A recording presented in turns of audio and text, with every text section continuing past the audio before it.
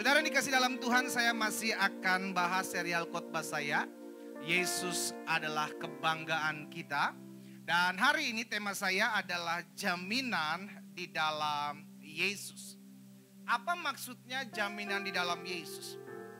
Kita perlu tahu yang namanya jaminan, maka ada satu pribadi yang memberikan garansi dalam hidup kita. Dalam aspek apa, Pak? Semua aspek. Baik ketika kita menjalani hari-hari hidup kita di dunia ini, maupun ketika kita kembali ke rumah Bapa, atau selesai menghabiskan izin menempati bumi kita, itu selesai. Ada yang memberi jaminan. Nah saudara, kalau kita mau tanya, saya bisa percaya nggak nih pribadi yang memberikan saya jaminan? Karena kalau kita ragu terhadap sang pemberi jaminan, maka kita bisa goncang. Ada orang masuk penjara, lalu ada petinggi-petinggi negara keluar, masuk ke sana, bilang saya yang memberikan jaminan buat anak ini. Maka itu bisa berubah, tergantung siapa yang memberi. Yes. Setiap kita, ketika kita melihat siapa pemberi jaminan ini, kita mesti tahu dulu siapa dia, apakah dia kuat, dia berasal dari mana. Karena kalau kita kurang yakin kepada sang pemberi jaminan, maka di tengah perjalanan kita akan goyah. Karena gak yakin. Tetapi kalau kita kenal siapa yang memberikan jaminan dalam kehidupan saya, baik saat saya masih hidup maupun setelah saya selesai menghabiskan masa dunia hidup saya ini, maka saya tahu ke arah mana saya akan pergi. Maka kita gak akan pernah goncang. Apapun ditawarkan sama kita, maka jaminannya kita tahu ke arah mana kita akan pergi. Nah Yesus adalah pemberi jaminan itu. Itu sebabnya ini yang menjadi dasar kekristenan kita. Kita mesti tahu siapa pemberi garansi ini. Siapa pemberi jaminan ini. Kita lihat.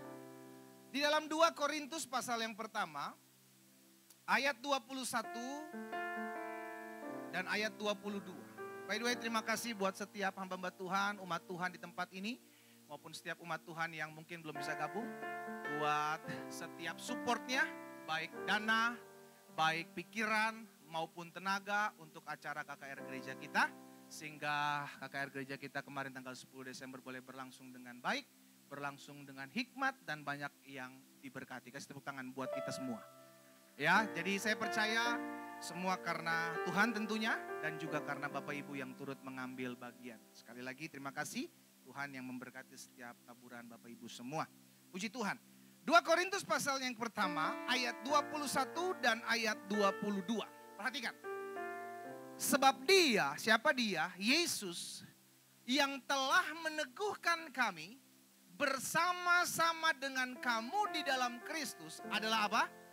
Adalah Allah yang telah mengurapi. Sama-sama bilang sama saya orang yang diurapi. Bilang kanan kirinya, kamu pun orang yang diurapi. Jadi sebagai orang-orang yang sudah diurapi, maka berjaga-jaga. Jangan sampai pengurapan yang sudah diberikan dalam hidupmu lenyap. Pengurapan itu harus selalu ada dalam kehidupan saudara dan saya. Allah yang menempatkan kita untuk ada dan tetap dalam pengurapannya. Oke? Sebab Yesus yang telah meneguhkan kami bersama-sama dengan kamu dalam Kristus adalah Allah yang telah mengurapi. Ayat selanjutnya 22. Setelah mengurapi apa yang dia lakukan? Memateraikan sebagai bentuk keabsahan. Materai. Memateraikan tanda miliknya atas kita. Lagi-lagi sama-sama bilang sama saya milik Tuhan Yesus. Saudara adalah pribadi-pribadi yang dimateraikan. Saudara adalah pribadi yang menjadi milik kepunyaan Tuhan Yesus.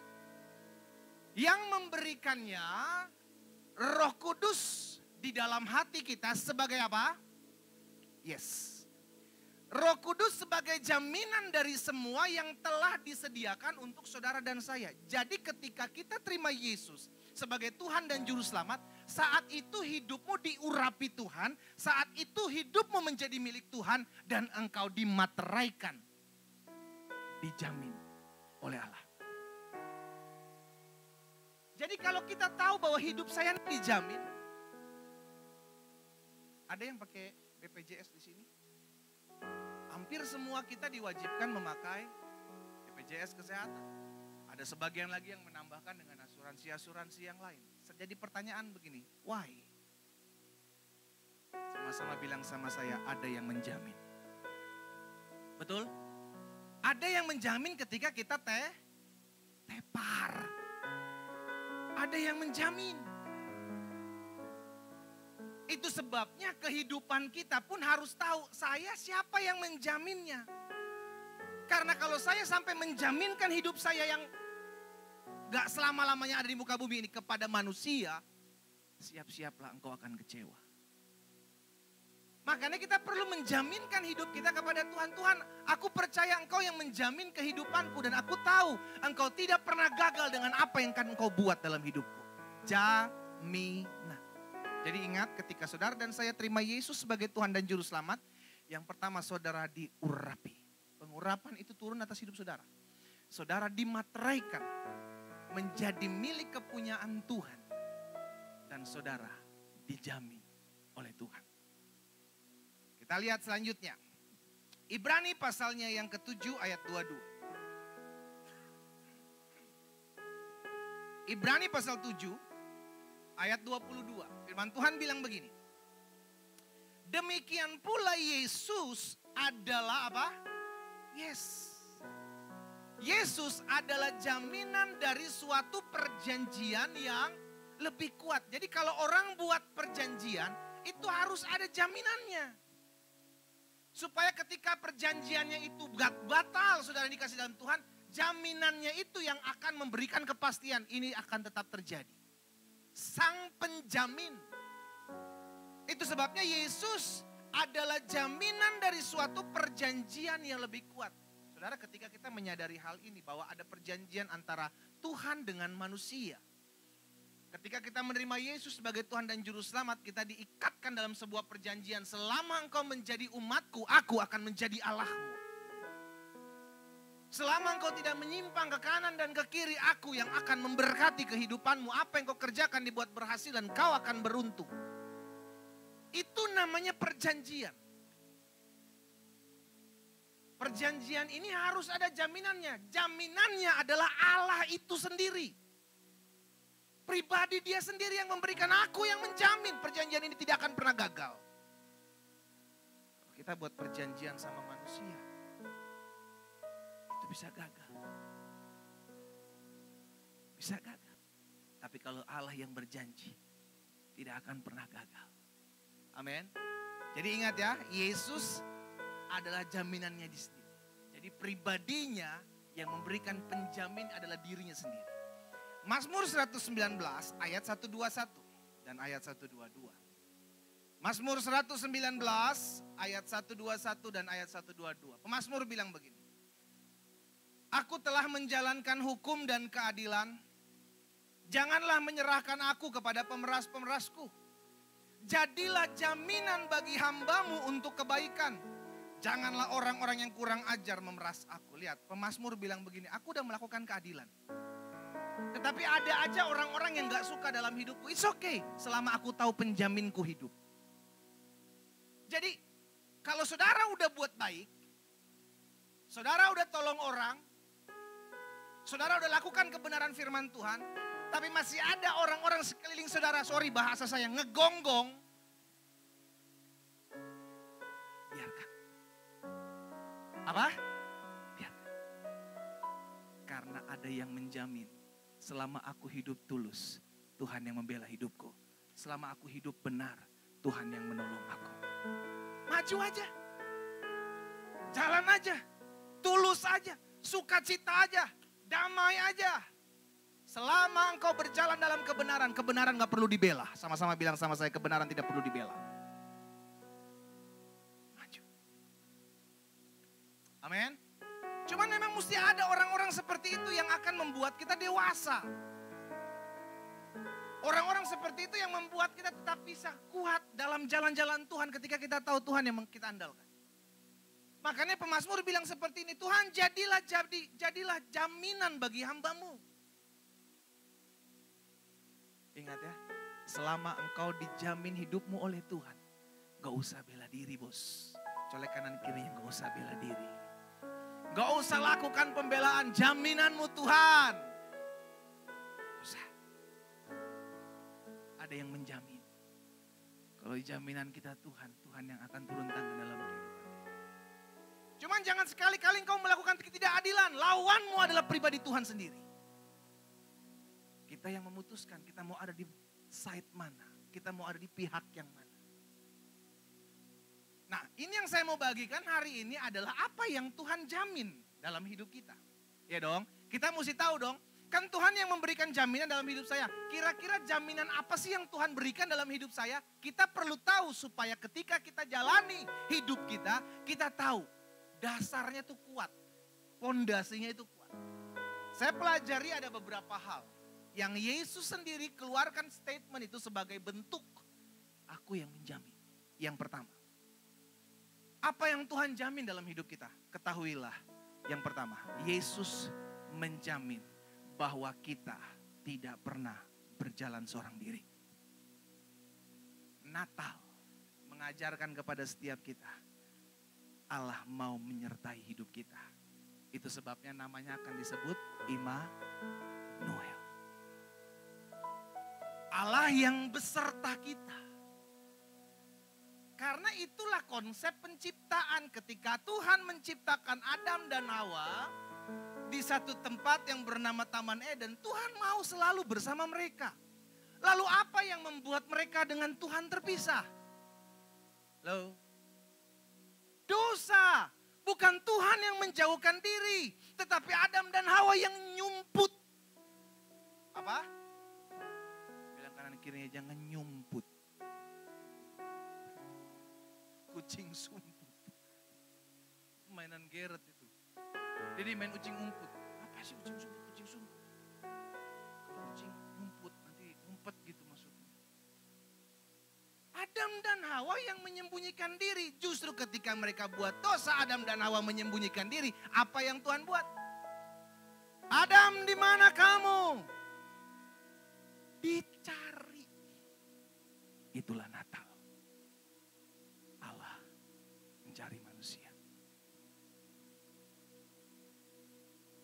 Makanya khusus untuk Natal, orang-orang yang dicari Tuhan tuh biasanya datang.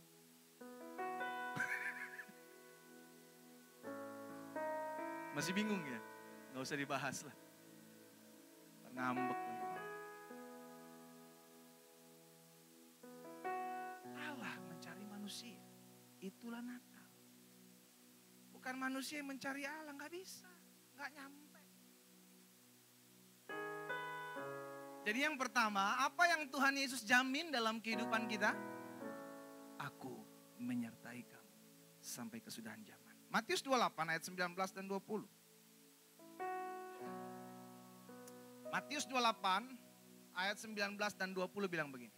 Karena itu pergilah, jadikanlah semua bangsa muridku dan baptislah mereka dalam nama Bapa dan Anak dan Roh Kudus. Ayat 20. Dan ajarlah mereka segala sesuatu yang telah kuperintahkan kepadamu. Stop sampai di sini. Saudara, inilah tugas kita.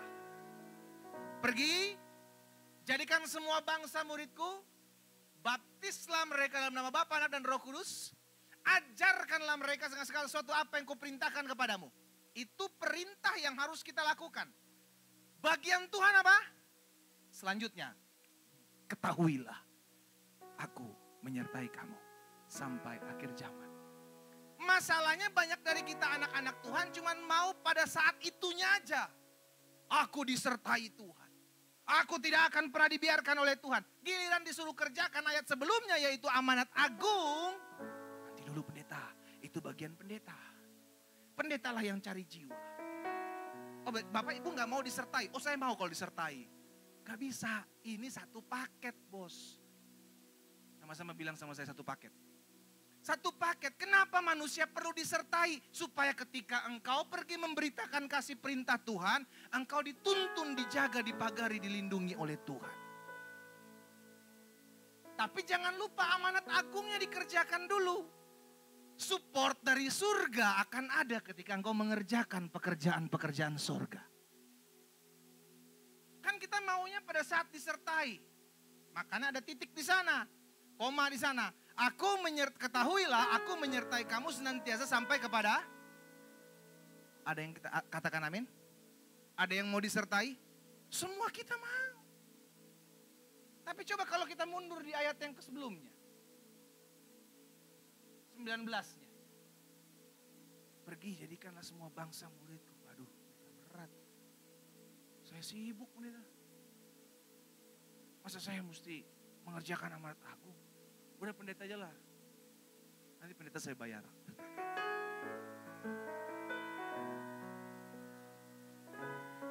Setiap kita harus mengerjakan amanat agung. Makanya perintah itu ada di semua Alkitab. Nggak ada tulisan Alkitab khusus edisi pendeta. Nggak ada. Semua Alkitab itu terima hal yang sama. Pergi jadikanlah semua bangsa murid. Tidak berarti Bapak Ibu meninggalkan pekerjaan Bapak Ibu. Di tempat Bapak Ibu bekerja, di tempat Bapak Ibu studi, di tempat Bapak Ibu usaha, bisnis. Disitulah engkau lakukan amanat agung. Pergi jadikan semua bangsa muridku. Perkenalkan Yesus, ajarkan apa yang menjadi perintah Yesus. Dan aku akan menyertai kamu selamanya. Jadi yang pertama, apa yang menjadi jaminan Tuhan dalam hidup saudara dan saya? Kita disertai Tuhan selama-lamanya. Kerjakan bagian, lakukan bagian, beritakan cinta kasih Tuhan bagi banyak orang. Itulah Natal. Yang kedua, apa yang Yesus jamin dalam kehidupan kita? Yang pertama, Yesus memberikan jaminan bahwa Dia menyertai kita selamanya. Yang kedua, Yesus memberikan jaminan bahwa kita akan memiliki hidup yang kekal. Itu jaminan yang kedua. Kenapa perlu penekanan memiliki hidup yang kekal? Karena sampai hari ini masih ada yang bertanya-tanya.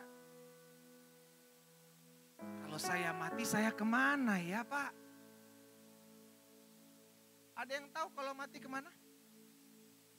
Ya jawabannya jelas, perginya ke kuburan.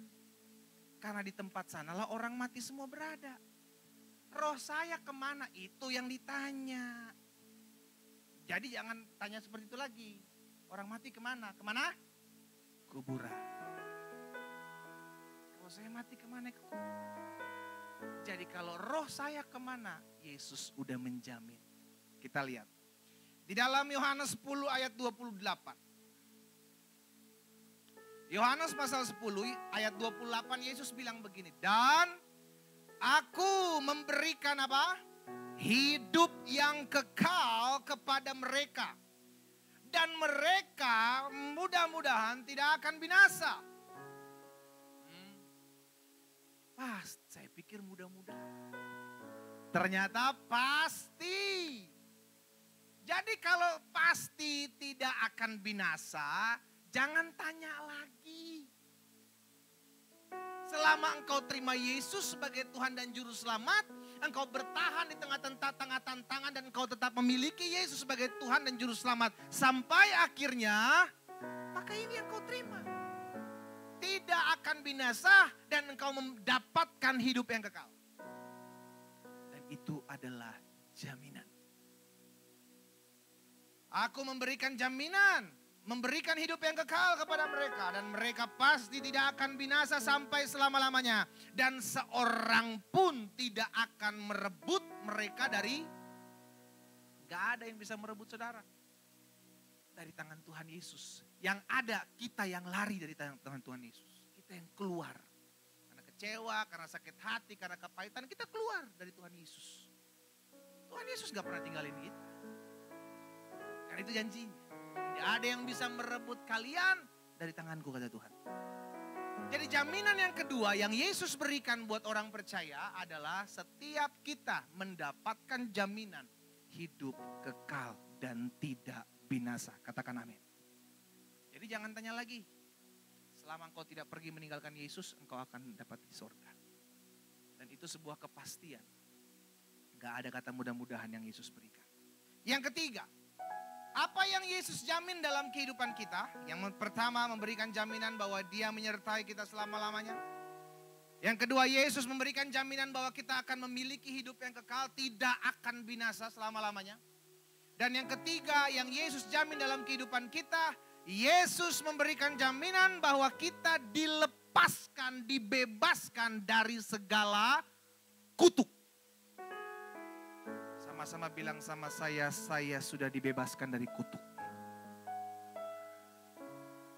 Jadi kalau misalnya lu lagi sakit, lu lagi susah ekonomi, susah pasangan hidup, rumah tangga berantakan, jangan pernah bilang begini, kutuk apa lagi yang menimpa hidupku?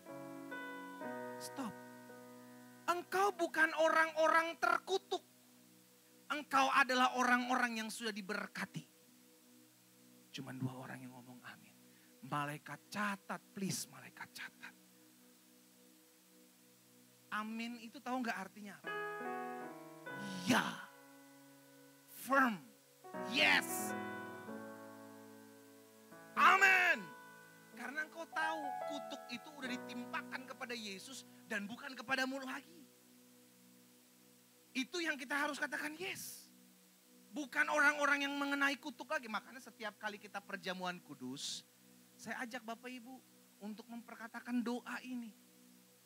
Kita bukan lagi orang-orang yang dikenai kutuk, baik kutuk keturunan, kutuk Adam Hawa, kutuk yang diucapkan orang lain kepada kita itu enggak ada. Jadi kalau ada orang-orang ngucapin kutuk kepada kita, gua sumpahin lo, susah seumur hidup, 7 turunan, 8 tanjakan, 9 tikungan, susah lo. Kita bilang gini, sorry bos, kutuk yang dilemparkan kepadaku akan kembali mental kepadamu. Kenapa? Itu yang terjadi kepada bangsa Israel. Ketika Bileam berusaha mengutuki bangsa Israel, tidak mempan. Kasih tepuk tangan yang meriah buat Tuhan. Dan saudara tahu dasarnya apa? Kita lihat Galatia pasal 3 ayat 13 dan 14. Galatia pasal 3 ayat 13 dan 14. Kristus telah menebus saudara dan saya dari kutuk hukum Taurat. Dengan jalan menjadi apa?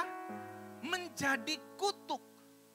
Karena ada tertulis, terkutuklah orang yang digantung pada.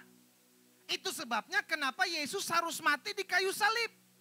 Bukan mati dipanah, bukan mati ditombak, bukan mati ditembak, apalagi gantung diri. Yesus perlu mati di salib karena hukumnya pada saat itu hanya orang-orang yang disalib yang merupakan orang dikutuk. Kenapa? Supaya kutuk yang ditimpakan kepada saudara dan saya ini nih, itu diambil sama dia.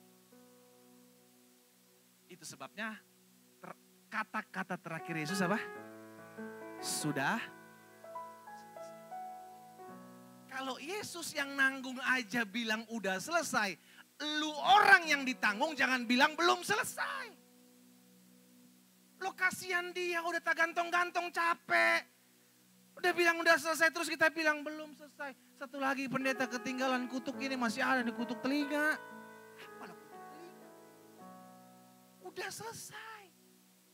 Segala kutuk udah ditanggung di atas kayu salib. Makanya pesan saya satu. Orang yang terima Yesus sebagai Tuhan dan Juru Selamat, mulutnya gak bisa ngutuk bos. Karena stok kutuknya udah habis. Sama-sama bilang sama saya, stok kutuk udah habis. Yang ada stok apa? Berkat. Makanya di ayat 14 selanjutnya bilang apa?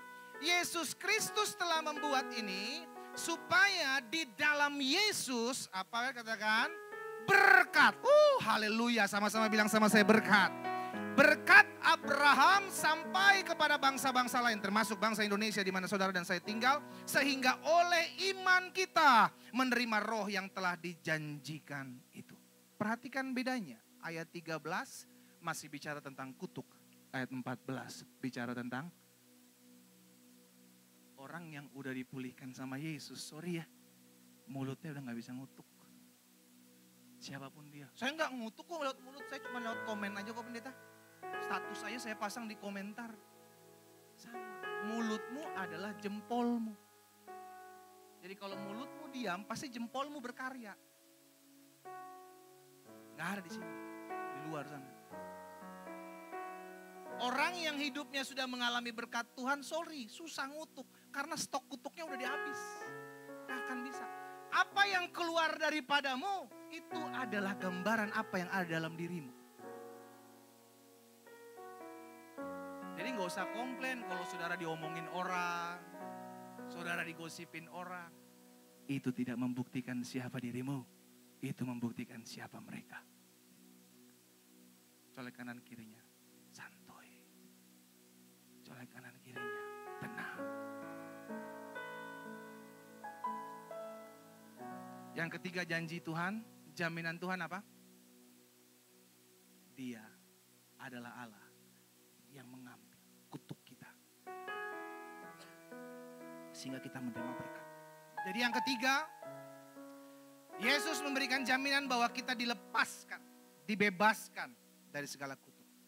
Ya, yang keempat, apa yang Yesus jamin dalam hidup kita? Yang pertama, Yesus memberikan jaminan bahwa Dia menyertai kita selamanya. Yang kedua, Yesus memberikan jaminan bahwa kita akan memiliki hidup yang kekal. Yang ketiga, Yesus memberikan jaminan bahwa kita dilepaskan dari segala kutuk. Dan yang keempat, Yesus memberikan jaminan bahwa selalu ada jalan bersama Yesus. Untuk orang percaya Yesus, tidak ada lagi kata-kata dari mulutnya bilang, aduh capek pendeta, kayaknya udah gak ada lagi jalan keluar, lebih baik cerai aja, pisah aja. Aduh capek pendeta, gak ada lagi jalan keluar. Ya udah terpaksalah saya nyuri, terpaksalah saya korupsi. Gak ada lagi jalan keluar pendeta. No. Dalam Yesus selalu ada jalan. Karena dua hal ini pernah dikatakan oleh Yesus. Yang pertama dia bilang akulah jalan. Yang kedua dia bilang akulah pintu. Kenapa pintu, kenapa jalan? Karena seringkali manusia kehilangan jalan. Kenapa pintu gak jendela pendeta? Karena manusia masih keluar lewat pintu. Kecuali saudara keluar lewat jendela. Maka Yesus bilang akulah jendela. No, Yesus bilang akulah pintu. Jadi selama Yesus bilang akulah pintu, akulah jalan, maka dipastikan selalu ada jalan, selalu ada pintu yang akan dia buka dalam kehidupan kita. Jadi jangan gampang nyerah gitu. Orang Kristen, orang percaya, aduh kayaknya tapi susah ya. Udah ketemu dengan ini mentok, udah ketemu dengan ini kayaknya susah. Kalau memang belum waktumu, jangan paksa. Berarti memang Tuhan sedang buka jalan suatu tempat yang lain, jangan paksa. Kalau engkau sedang dibentuk, engkau sedang diproses, engkau sedang dimurnikan, hadapi. Ya, jadi ingat, Yesus adalah jalan, Yesus adalah pintu. Itu membuktikan bahwa Ia memberikan jaminan bahwa selalu ada jalan keluar bersamanya. Yohanes 10 ayat 9 dan Yohanes 14 ayat ke-6. Kita lihat. Akulah pintu, barang siapa masuk melalui aku, ia akan selamat. Dan ia akan masuk dan keluar menemukan padang rumput. Yesus membukakan pintu. Masuk lewat aku. Kalau engkau masuk lewat aku, engkau akan lihat padang rumput. Kalau masuk lewat aku, engkau akan selamat. Pintu sudah disediakan. Sekarang kita mau gak lewatin? Atau kita ciptakan pintu yang lain untuk kita buat. Untuk kita jalani. Yohanes satu lagi, Yohanes 14 ayat 6. Kata Yesus kepadanya, akulah jalan dan kebenaran dan hidup. Tidak ada seorang pun yang datang kepada Bapa kalau tidak melalui aku. Yesus bilang akulah jalan. Jadi sudah ada jalan, sudah ada pintu. Kurang apa? Jalannya udah dikasih, pintunya udah disediakan. Ayo lewat. Kita tinggal melangkah.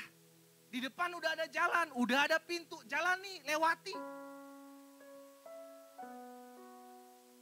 Gak ada jalan buntu bersama Yesus. Sama-sama bilang sama saya, gak ada jalan buntu bersama Yesus. Selalu ada pintu buat orang yang mau datang sama dia. Yang kelima, yang terakhir. Apa yang Yesus jamin dalam hidup kita? Yang pertama, Yesus memberikan jaminan bahwa Dia menyertai kita selamanya. Yang kedua, Yesus memberikan jaminan bahwa kita akan memiliki hidup yang kekal. Yang ketiga, Yesus memberikan jaminan bahwa kita dilepaskan dari segala kutuk. Yang keempat, Yesus memberikan jaminan bahwa selalu ada jalan bersamanya. Dan yang kelima, yang terakhir, Yesus memberikan jaminan bahwa kita akan hidup di dalam terangnya. Sama-sama bilang sama saya adalah anak-anak terang. Saudara, ini engkau mesti pastikan. Karena Alkitab jelas katakan dunia sedang lenyap dengan segala keinginannya. Engkau mesti pastikan dunia ini sedang bergerak masuk dalam kegelapan. Orang yang tinggal dalam kegelapan ciri-cirinya apa sih? Gak bisa membedakan. Betul? Kenapa gak bisa membedakan? Karena mati lampu, Pak. Sendal kanan lu pikir sendal kiri sehingga pakainya jadi salah.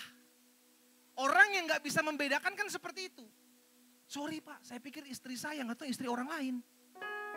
Gak bisa membedakan. Sorry Pak, aduh, kirain duit saya atau duit perusahaan. Gak bisa Sederhana, karena gelap. Kita bersyukur, kita anak-anak Tuhan Yesus yang sudah diterangi. Makanya Tuhan Yesus bilang begini, coba lihat ayat terakhir. Yohanes 8 ayat 12. Yohanes pasal 8 ayat 12. Maka Yesus berkata pula kepada orang banyak, katanya, akulah terang dunia. Barang siapa mengikut aku, ia tidak akan berjalan dalam kegelapan. Melainkan ia akan mempunyai terang hidup. Jadi hidupnya itu bukan cuman bisa tahu karena terang, tapi bisa menerangi orang lain. Makanya Yesus bilang, aku terang dunia pada saat aku ada. Ketika aku terangkat ke sorga, maka kamulah terang dunia. Jadi dampak dari biasnya Yesus dalam hidup saudara dan saya, itu memampukan saudara dan saya itu tinggal dalam terang.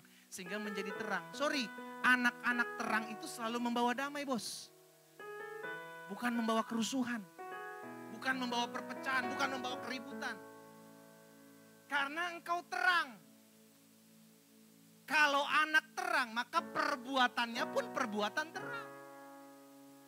Karena itu pastikan, setiap kita yang menjadi anak-anak terang dimanapun. Engkau di tempat berbisnis, ayo berbisnislah dengan terang. Terang itu terlihat saudara, gak disembunyi. Iya kan? Ayo bekerjalah dengan terang. Studi belajarlah dengan terang. Kau orang-orang muda gaya pacaranlah orang-orang terang. Jangan digelap-gelap. Karena kalau digelap-gelap engkau akan nyanyi. Ratakan tanah bergelombang. Timbunlah tanah yang berlubang. Karena gelap. Kalau engkau pacaran dalam terang, engkau akan berkata, aku anak raja, engkau anak raja, kita semua anak raja. Kalau pacaranmu diterang. Makanya kalau pacarmu ngajakin pacaran tempat-tempat gelap, ingat kita anak raja, bukan anak kegelapan. Amin. Jadilah terang. Karena itu jaminan Yesus yang terakhir. Di ayat yang di poin yang kelima saya mau bagikan. Apa yang Yesus jamin? Yesus memberikan jaminan bahwa kita akan hidup di dalam terang. Jadilah anak-anak terang. Jadilah pembawa terang, jadilah pembawa damai, jadilah pembawa sukacita. Sebenarnya kita semua bangkit berdiri.